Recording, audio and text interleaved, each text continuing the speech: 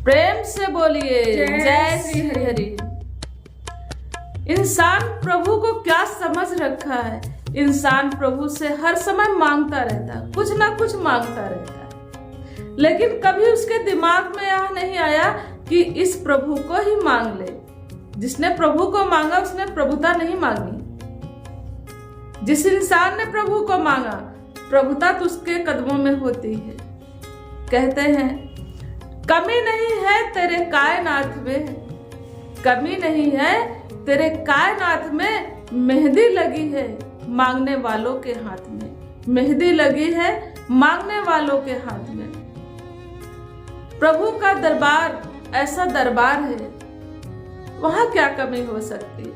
जिसने सृष्टि की रचना की है, कितने बड़े मूर्ख हो सो कहते हो कि मेरे बेटे की शादी हो जाए तो मैं तीर्थ यात्रा आऊंगा, मेरी बच्ची की नौकरी लग जाए तो मैं इतना किलो लड्डू चढ़ा दूंगा। कुछ ना कुछ हम मांगते हैं ऐसा, लेकिन याद रहे प्रभु किसी चीज का मोहताज नहीं है। ये क्यों भूल जाते हो? जिसने इस सृष्टि की रचना की है, जिसने सृष्टि की रचना की है उसको क्या कमी हो सकती है?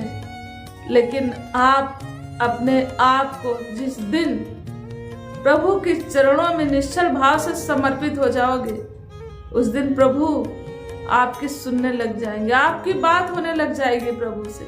किससे? इस दुनिया के मालिक से। जब दुनिया के मालिक आपके साथ है तो कौन बिगाड़ बना सकता है आपका?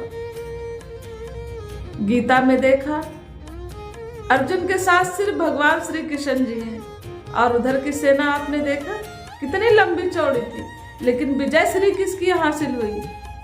अर्जुन की। जिसके साथ प्रभु हैं उनकी हार हो ही नहीं सकती। आप ना समझ हैं, आपको समझ नहीं आता, आपका भरोसा नहीं है प्रभु पे। प्रभु पे भरोसा करके देखिए, वह आपको डूबने नहीं देंगे। आपकी कहते हैं ना, आपकी लाज बची रहेगी, प्रभु की कृपा हो जाएगी तो आप पर। तलवार गले के पास से आते आते दूर हो जाएगी, तलवार गले का हार बन जाएगी अगर प्रभु पे भरोसा है तो, प्रभु साथ खड़ा है तो। कोई तलवार काटने के लिए गले पे लगाएगा, लेकिन वह तलवार भी हार बन के आपके गले की शोभा बन जाएगी। यह हकीकत है, 100% सत्य है। लेकिन भरोसा हमारा कितना है प्रभु पे, यह हमारे ऊपर निर्भर करता है। प्रभु तो सब कुछ देने के लिए तैयार है, लेकिन नहीं, हमें कुछ नहीं चाहिए। घर चाहिए, हमें तो सोना चांदी चाहिए, हमें महल चाहिए। घर है तो 4 घर हो जाए, 4 घर है तो मेरा पूरे जितने वर्ल्ड के कोने कोने में मेरा घर हो जाए।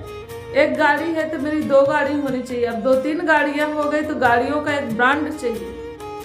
इच्छा अनंत है, इसलिए हम सुखी नहीं हो पाते हैं। लेकिन प्रभु का स्मरण करने वाला बंदा सुखी हो जाता है। और याद रहे कि आपका कोई बाल बाका तब नहीं कर पाएगा जब प्रभु की स्वयं कृपा होगी। जब इनकी कृपा होगी तभी आप सत्संग में आके बैठ सकते हैं, तभी आप गुरु की शरण में जाएंगे। जब गुरु की शरण में जाएंगे तो आपको क्या मिल जाएगा उपहार में? सेवा, सुमिरन, सत्संग। यह आपका गहना है, आपके इनर पावर इससे जागृत होगी। आप ध्यान में बैठिए, प्रभु का स्मरण करिए। ध्यान में भी बैठेंगे तो क्या बोलेंगे? जब आपका गुरु नहीं है तो आपको पता नहीं क्या बोलना। ध्यान में ध्यान करना है, ध्यान में यहाँ पर नाम सुमिरन बताया जाता है, वही नाम सुमिरन करते रहिए। देखिए भारी से भारी विपत्तियों से कैसे छुटकारा मिलता है। डेली आप ध्यान में बैठना शुरू कर दीजिए। कितना? आधा घंटा, 45 मिनट, 1 घंटा।